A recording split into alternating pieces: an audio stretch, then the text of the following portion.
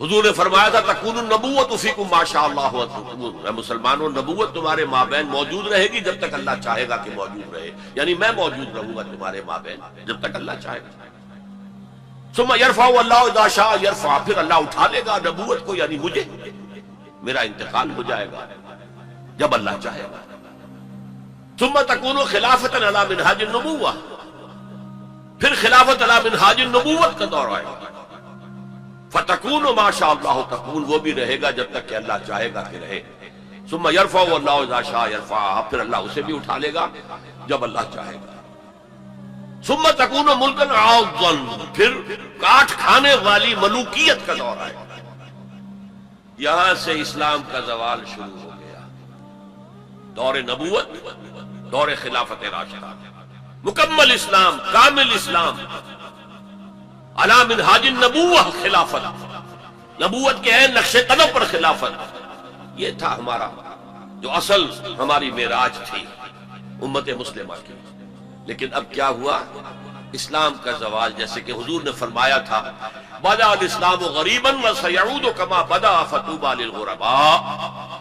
اسلام کا آغاز ہوا تھا کہ وہ اجنبی سی شے تھی، کوئی اس کا پہچاننے والا جاننے والا تھا ہی نہیں، پھر گویا کہ اس میں انڈرسٹوڈ ہے، پھر اسلام کا غلبے کا دور آ گیا۔ لیکن ان قریب اسلام پھر غریب ہو جائے گا، سیعود، ان قریب لوٹ جائے گا اسلام حالت غربت میں۔ فطوبی للغرباء، تو مبارکباد ہے ان لوگوں کے لیے جو اسلام کے غریب اور اجنبی ہونے کے دور میں خود اجنبی ہو جائے لیکن اسلام کا دامن ہاتھ سے نہ چھوڑے۔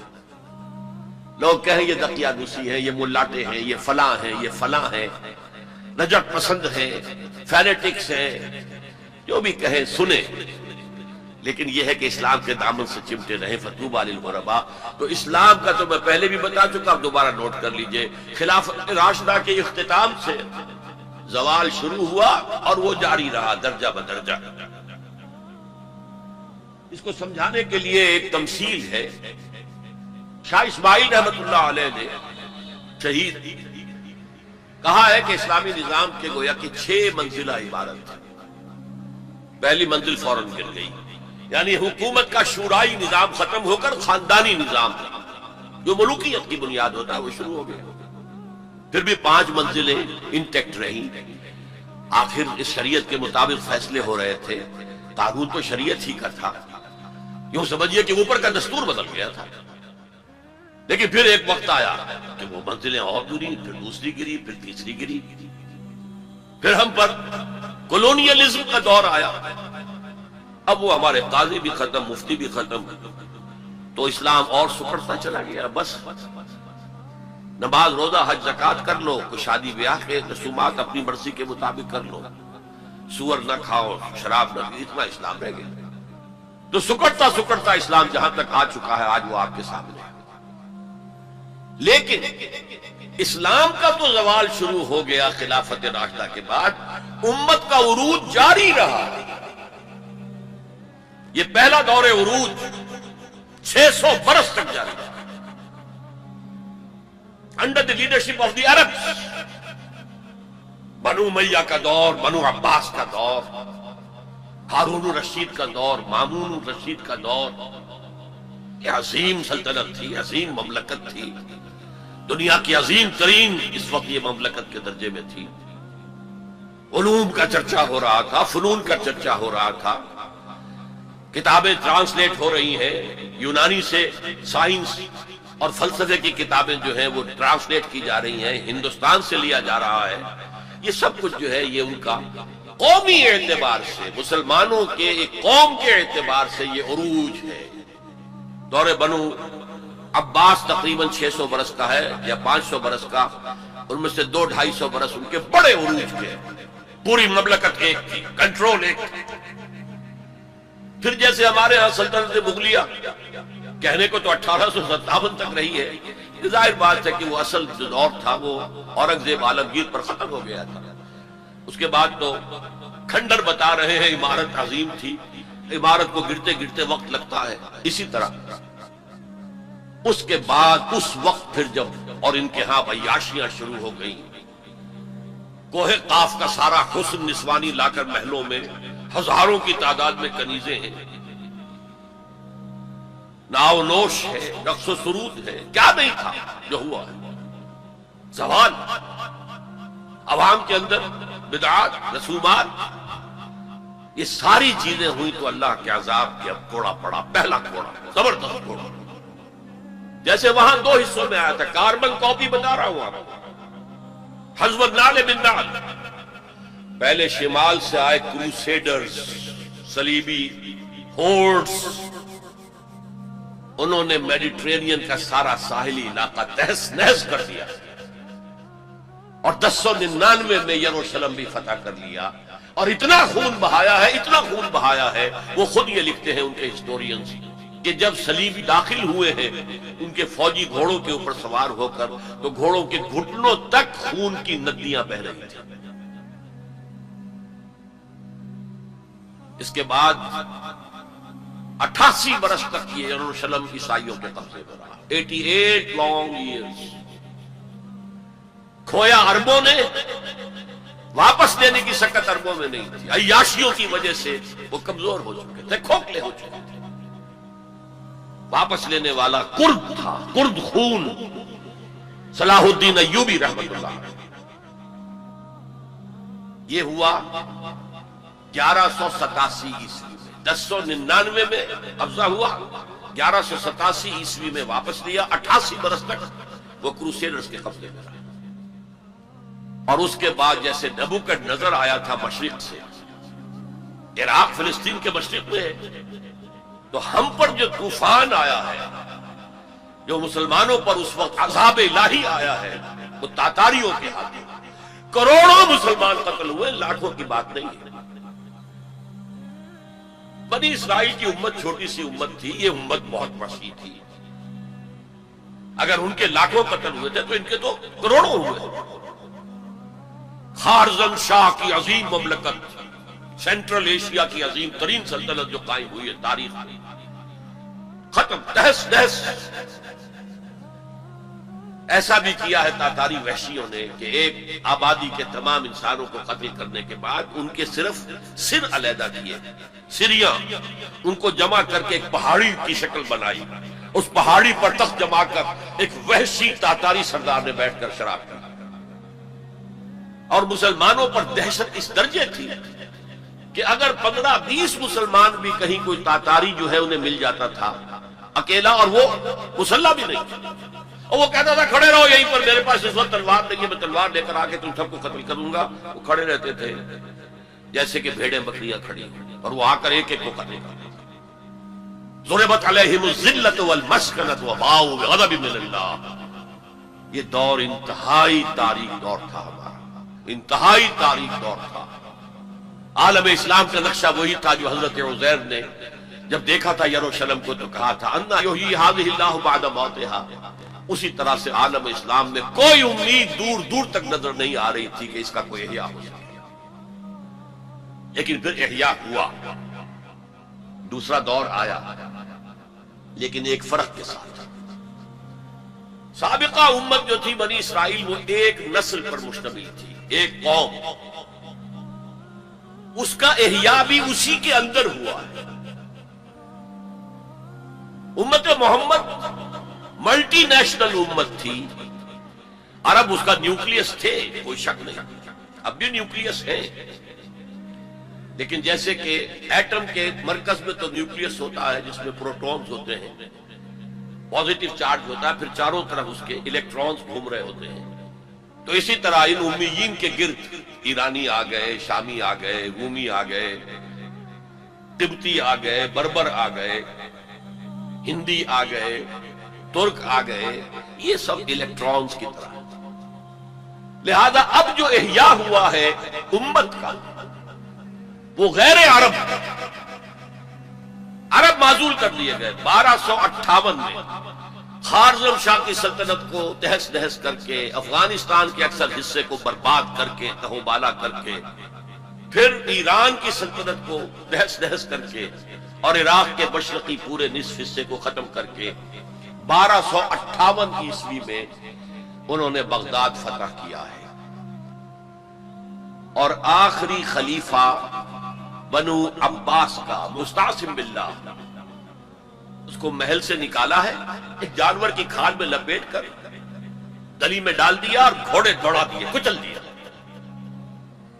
جس پر شیخ سعدی نے کہا تھا آسمان را حق بود گر خوب بارد بر زمین بر زوال ملک مستعصم امیر المومنین، امیر المومنین مستعصم باللہ کے زوال پر اگر آسمان خون کی بارش کرے تو اسے حق ہے، آسمان را حق بود گر خوب بارد بر زمین، بارش زمین پر آئے خون کی تو وہ حق ہے اسے، بر زوال ملک مستعصم امیر المومنین، خلیفہ مستعصم باللہ امیر المومنین کے اس انجام۔ اب نوٹ کیجئے جیسے وہاں پر پھر رینائسنس ہوئی تھی، لیکن میں بتا چکا وہ ہوئی اسی قوم کے اندر، یہاں یہ مجبوری نہیں تھی، ملٹی نیشنل ہے۔ جو احیاء اب ہوا کس کے ہاتھوں ہوا؟ انہی تاتاریوں کے ہاتھوں ہوا ہے۔ آیا فتنہ تاتار کے افسانے سے، پاسباں مل گئے کعبے کو صنم خانے سے، جنہوں نے کروڑوں مسلمانوں کو قتل کیا، اسلام نے انہیں فتح کر لیا، اسلام نے آیا۔ اب جو عالم اسلام کے اندر قوتیں ابھری ہیں، کوئی ایک مرکزی حکومت تو اس کے بعد نہیں بن سکی، اور عربوں کو اس وقت سے جو ڈیپوز کیا گیا، معزول کیا گیا، امت مسلمہ کی قیادت ان سے چھین لی گئی۔ اور یہ وہ بات تھی کہ جو بالکل شروع میں سورہ محمد صلی اللہ علیہ وسلم کہہ دی گئی تھی، ان تتولوا یستبدل قوما غیرکم، اگر تم پیٹھ دکھا دو گے اس مشن کو جو ہم نے تمہارے حوالے کیا ہے تو اللہ تعالیٰ تمہیں ہٹا کر کسی اور کو لے آئے گا۔ That happened in the mid-13th century of Christian era. Fall of Baghdad 1298۔ اب اس کے بعد وہ تاتاری ایمان لے آئے۔ اب تاتاریوں میں سے یہ سب ترک ہے، ترکش ہورس، ترکان تیموری جنہیں ہم مغل کہتے ہیں، ترکان تیموری، انڈیا میں ان کی مملکت عظیم قائم ہوئی۔ ترکان صفوی، ایران کے اندر ان کی مملکت قائم ہوئی۔ ترکان عثمانی، اناطولیا کے علاقے سے وہ سردار جو تھا، ترک سردار عثمان، اس نے آگے بڑھ کر حکومت ایک بنائی ہے، اور وہ جس طرح پھر پھیلی ہے، پورا مشرقی یورپ اس نے فتح کیا ہے۔ ترکوں نے قسطنطنیہ فتح کر کے پھر مشرقی یورپ میں ویانا تک کا جا کر محاصرہ کیا ہے۔ پورا مغربی ایشیا اس کے تحت آ گیا، پورا شمالی افریقہ اس کے تحت آ گیا۔ جو کبھی گریٹ رومن امپائر ہوتی تھی، بالکل اس پیمانے کی گریٹ آٹومان امپائر دنیا میں قائم۔ یہ سلطنت عثمانیہ، اس میں 400 برس تک خلافت بھی رہی۔ خلافت عربوں سے منتقل ہو کر ترکوں کے پاس آ گئی۔ خلافت عثمانیہ جسے ہم کہتے ہیں، اگرچہ وہ ملوکیت تھی، بنو امیہ کا دور بھی ملوکیت کا دور تھا، بنو عباس کا دور بھی ملوکیت کا دور تھا، اور یہ جو خلفائے عثمانی کہلاتے ہیں ترک، یہ بھی ملوکیت کا دور تھا۔ ملکن عاضن، کٹکھنی ملوکیت۔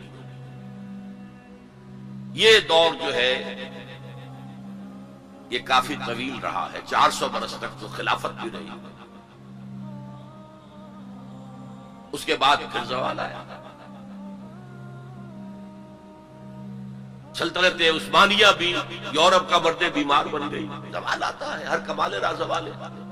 جیسے کہ اسپینگلر ایک فلاسفر آف ہسٹری ہے، اور اس نے کہا ہے کہ قوموں کے عروج و زوال کا معاملہ عام انسانوں کے عروج و زوال کے مشابہ ہے۔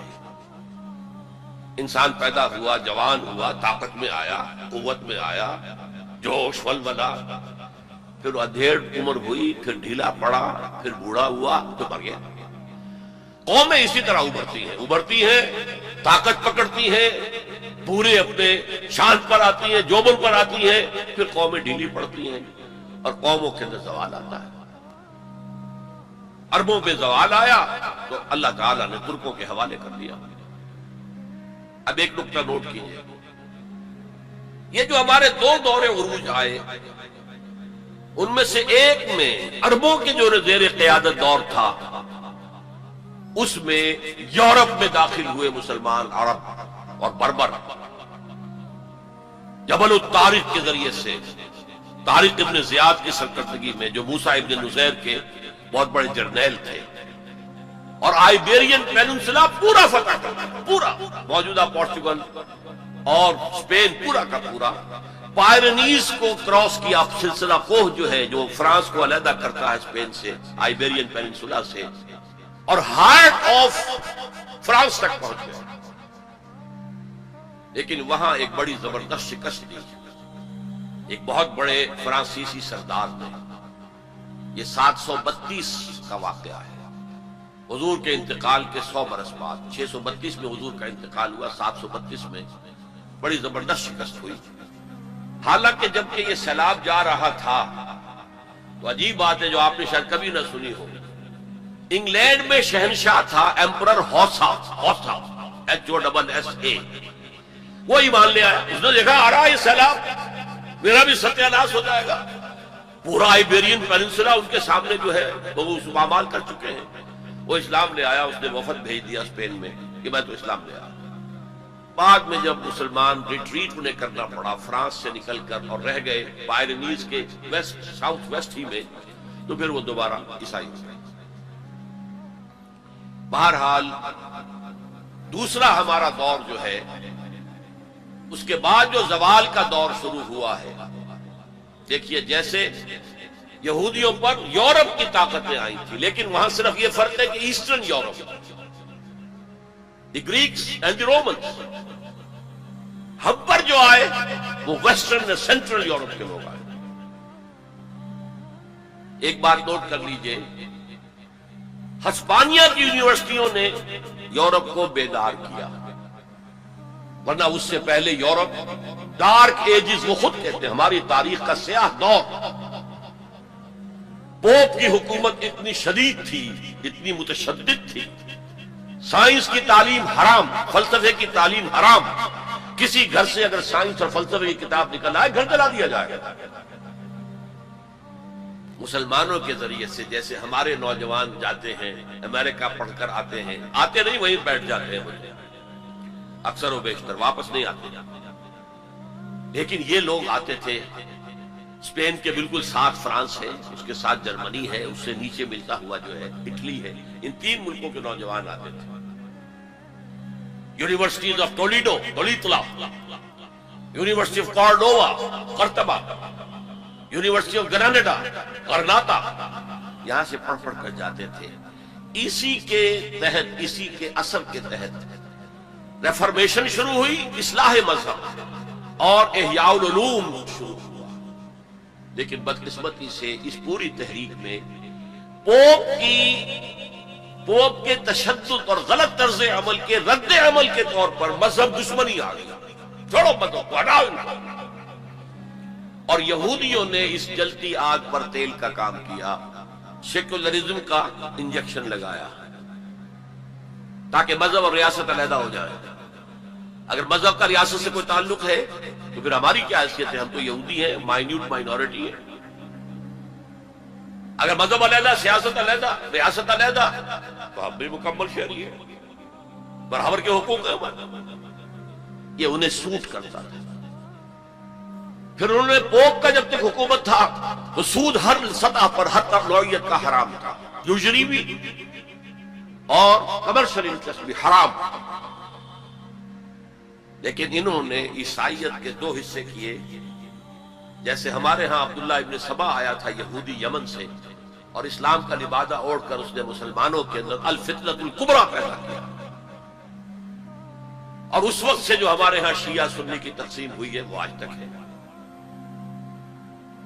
اسی طریقے سے کرسچینٹی کو انہوں نے پھاڑ کر کیتھولسزم اور پروٹیسٹنٹزم کے اندر تقسیم کی، اور پروٹیسٹنٹس جو ہیں ان کو اعلی کار بنایا۔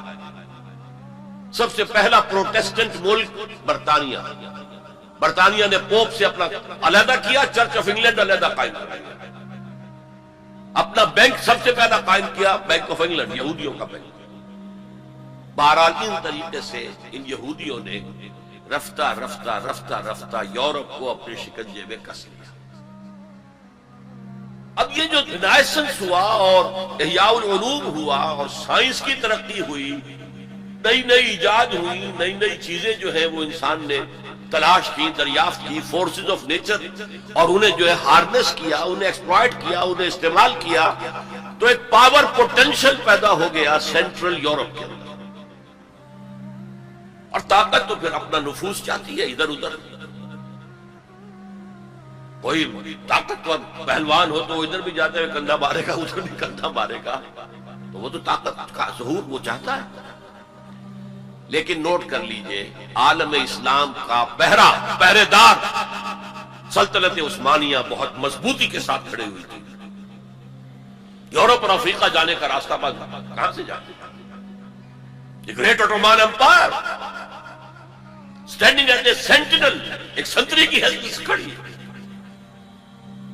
خشکی کے راستے جانا ممکن نہیں تھا، لیکن یہ کہ جو ہے اس سیلاب نے سینٹرل جو یورپ سے آیا ہے طاقت کا سیلاب، اس نے پہلے تو صفایا کیا۔ یہ دوسرا ڈاؤن فال ہمارا شروع ہو رہا ہے۔ سب سے پہلے صفایا کیا ہسپانیہ، 1492 میں فال آف گریناڈا، آخری مسلمان ریاست غرناطہ کی ختم ہو گئی 1492۔ اس کے بعد تقریباً 10 سال کے اندر اندر ہسپانیہ کو پاک کر دیا گیا مسلمانوں سے، یا قتل کر دیے گئے، یا جلا دیے گئے، یا کچھ نے عیسائی بن کر جانے بچائی، اور باقی کو جہازوں میں بھر بھر کر لے جا کر نارتھ افریقہ کے ساحل پر ڈمپ کر دیا، جاؤ دفع ہو۔ یہ ہے زوال ثانی ہمارا، اور اس کے اوپر اللہ کے عذاب کے کوڑے۔ ہسپانیہ 800 برس جہاں حکومت کی، مسلمان کا نام و نشان نہ رہا۔ 1492 میں ہوا تھا فال آف گریناڈا، 1498 میں واسکو ڈی گاما نے راستہ تلاش کر لیا مشرق کا، اوٹومان امپائر کو بائی پاس کر کے افریقہ کے مغربی ساحل کے ساتھ نیچے تک جا کر round the Cape of Good Hope, اور پھر وہاں سے مشرق کی طرف جزائر شرق الہند، جاوا، سماٹرا، ملایا، ہندوستان۔ اب یہ کولونیل پاورز اس راستے سے، ہندوستان میں فرینچ بھی آئے، انگریز بھی آئے، پورچوگیز بھی آئے، لیکن باقی سب ختم ہو گئے، انگریز باقی رہا۔ مشرق بعید کے اندر ڈچ رہے، اور پھر یہ رفتہ رفتہ رفتہ رفتہ رفتہ رفتہ یہ پروسیس ہوتا ہوتا بڑھتا بڑھتا 20ویں صدی کے آغاز میں اپنے کلائمیکس کو پہنچ گیا، جب پہلی جنگ عظیم کے بعد سلطنت عثمانیہ ختم۔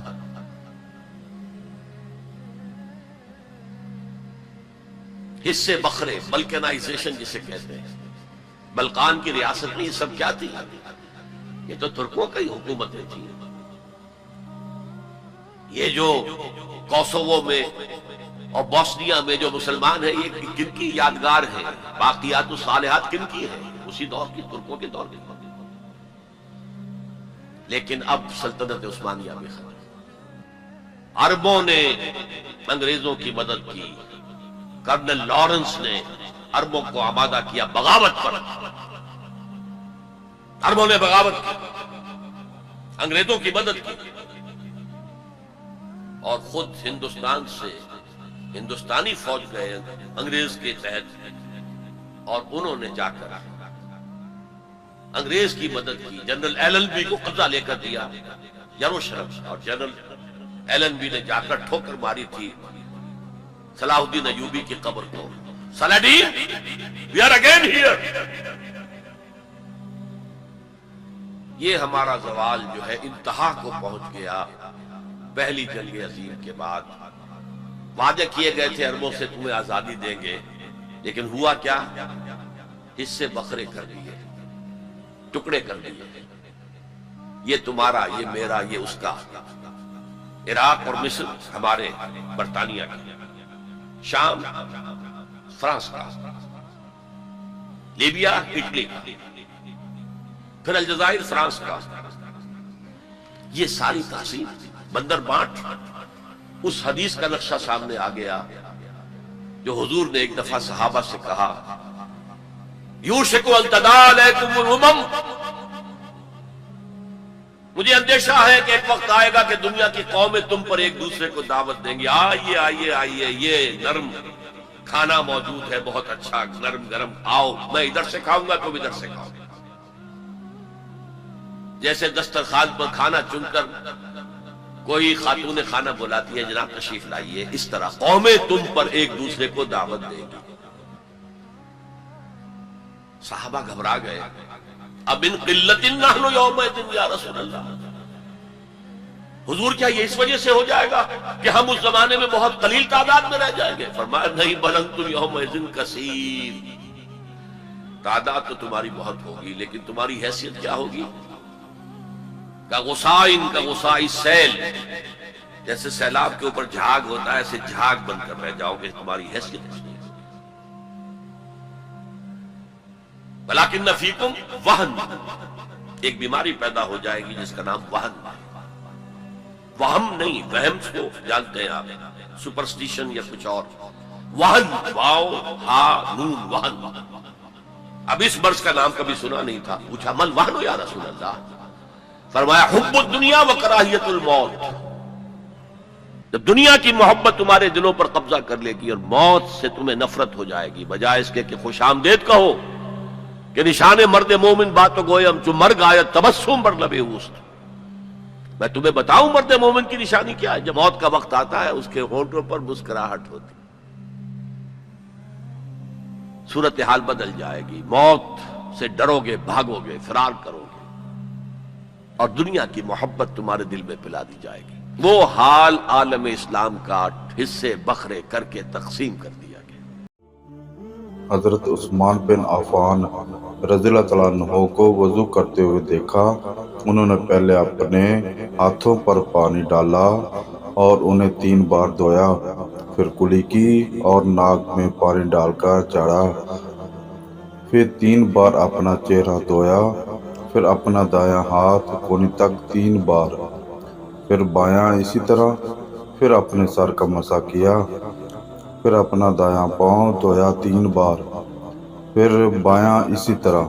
اس کے بعد کہا، میں نے رسول اللہ صلی اللہ علیہ وسلم کو دیکھا تھا کہ آپ اسی طرح وضو کیا کرتے تھے۔ پھر آپ صلی اللہ علیہ وسلم نے فرمایا، جو کوئی میرے اس وضو کی مانند وضو کرے، پھر 2 رکعت نماز پڑھے، ایسے کہ ادھر ادھر کے خیالات میں مشغول نہ ہو، تو اللہ اس کے سابقہ گناہ معاف کر دیتا ہے۔ آپ صلی اللہ علیہ وسلم نے فرمایا کہ جو شخص سچے دل سے اس بات کی گواہی دے کہ اللہ کے سوا کوئی معبود نہیں ہے اور محمد صلی اللہ علیہ وسلم اللہ کے سچے رسول ہیں، اللہ تعالیٰ اس پر دوزخ کی آگ کو حرام کر دیتا ہے۔ نبی کریم صلی اللہ علیہ وسلم نے فرمایا، جب غلام بھاگ جائے تو اس کی کوئی نماز قبول نہیں ہوتی، جس طرح حرام کھانے والے کی نماز قبول نہیں ہوتی۔